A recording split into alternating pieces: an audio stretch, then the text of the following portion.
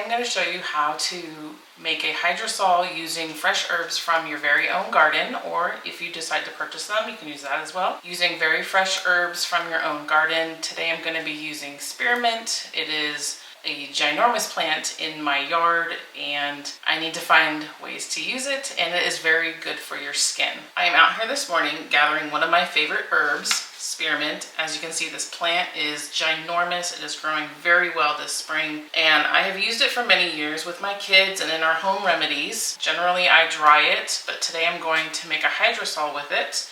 I'll also share some ways that we use this hydrosol in our home. Anytime you are harvesting any herbs in your garden, you want to make sure that it's first thing in the morning, before the sun really hits it, before it gets really hot.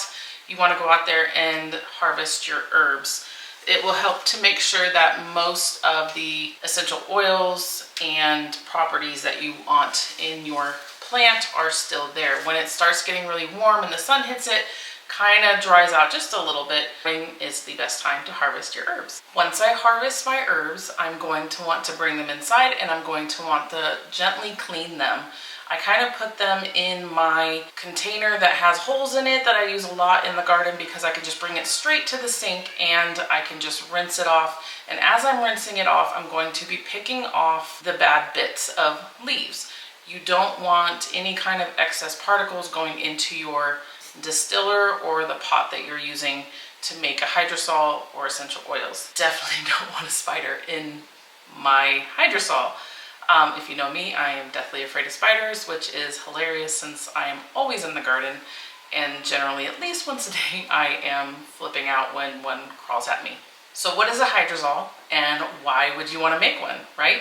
Hydrosols are made the same way that you would make an essential oil, which is through steam distillation. This is a fancy distiller, and I got this because it is so large that I can use a large amount of my fresh herbs from the garden. They do have a lot smaller ones, or you can just use a regular pot with an inverted lid, a glass bowl, and some ice. For me, that just wouldn't work with the amount of herbs and flowers that I have to work with in my garden, and I don't want them to go to waste, and I don't want to make too much fuss or extra work for myself. So I went ahead and purchased one of these. I'll leave a link in the description below if you are curious in this. They do have smaller versions.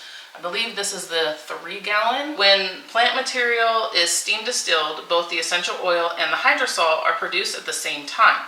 The lighter lipid-soluble essential oil is separated from the hydrosol, which is mostly composed of water-soluble compounds, but also contains a small amount of volatile oil. In the distillation process, plant material and water is heated in a closed container. The steam travels through a channel, traditionally a copper tube or coil. So I don't have a copper one. They do make copper ones. I do have the coil, which is this section right here. So the steam in this closed container is going to come up through here and come down into here, and the coils in here is what it gets cooled by the ice or by this little mini pump that I have, because I've tried this with just ice and oh my word, I went through everything in my fridge really fast. So I bought this little cheap mini pump thing, and you put it into a bucket or into your sink and it just circulates cool water. And so you still will have to use ice periodically. You put some ice in here, put some ice in your bucket that you are circulating to keep it cool, but this lasted me hours as opposed to about 20 minutes with going through all my ice. So again, if you plan on making beauty products, if you plan on using these for cleaning purposes, and you're going to use a lot, I'd highly recommend buying a bigger distiller. Hydrosols are sometimes described as being somewhere between a tea and an essential oil. They're also known as a flower water. They can be known as a flower water, especially if you're using a flower part like lavender, calendula, chamomile, anything like that. This I wouldn't necessarily call a flower water because it's spearmint. Hydrosols are not just weaker versions of essential oils. Hydrosols contain lipid-soluble components, usually mixed in suspension throughout the liquid, but they also contain water-soluble compounds that will never appear in an essential oil. What's more, the composition of the pure essential oil may be slightly different from the composition of the oil that remains in the hydrosol. So essential oil and hydrosol from the same plant can have very different aromas. Because hydrosols are less concentrated than essential oils, they can be used directly on the skin as opposed to essential oils. You have to dilute them before using them on the skin, and then they don't always mix in with your medium that you may be using, especially water. So hydrosols can provide a very sustainable alternative to essential oils, particularly because they can be produced at home by any herbalist or layperson that has the right equipment. So setting up your distiller is really simple. So for this particular distiller, it comes with a little basin that has the holes in it for the water. You're gonna pour water into this. You're gonna put this in, and then you're gonna put your herbs into it. And then you would put the lid on, put this lid on, and then you're going to attach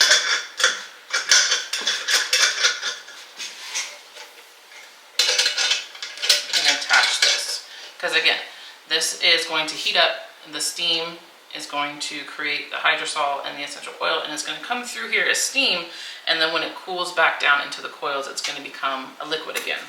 And so this, I do have a little riser thing that goes underneath this, because as you can see right here, you need to be able, this is where the hydrosol and the oil will come out, and then the little pump. If you are not using a pump, this comes attached. There is no outlet here. So which is why you will be scooping water out, you will be putting the ice in. Same goes if you are not using a distiller, but if you are using a pot. If you are using a pot on the stove, and by the way, I don't put this on the stove, I put it on my hot plate.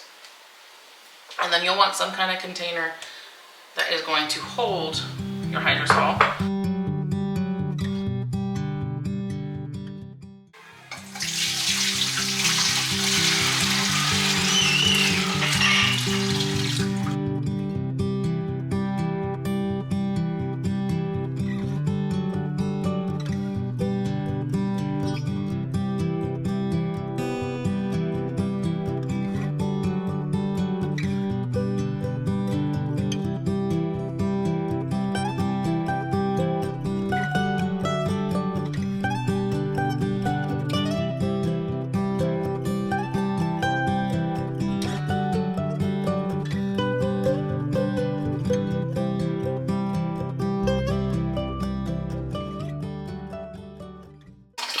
Turned it on, have it going, and now it's just got to warm up. There's temperature, it's going to come through.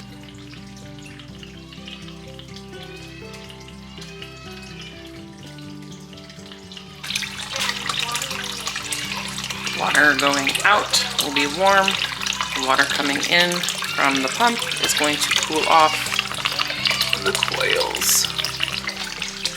So in here, you saw that I put water in the bottom, and then that little basket has the plant material, which is spearmint in this case. So it's going to heat up, steam, mix with and extract the plant properties, and it'll steam up through here, come back down into these coils, and will become a liquid again. And that's how we get the hydrosol and essential oil. Nice little science experiment at home. Kids have been all over it. I had to shoo them away to do this.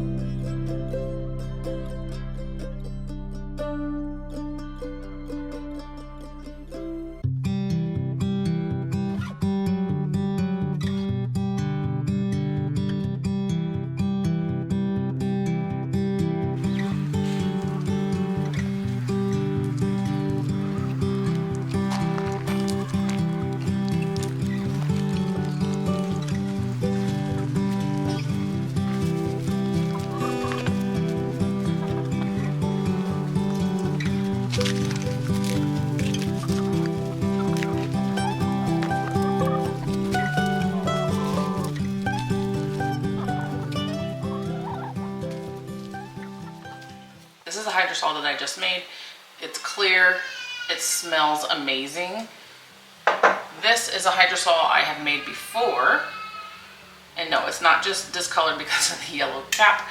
This is because I let the herbs dry for several days because mom life, I got really busy. So I got this.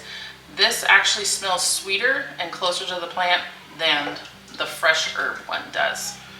So it just depends on what you have to work with. And then I like to put a little bit of the hydrosol in a little spritzer bottle. You can use it as a spritz to wake up in the morning. You can use it in many different ways. You can mix it with other hydrosols. You can put it in cleaning products. If it comes out different, just remember the different ways that you may have done it.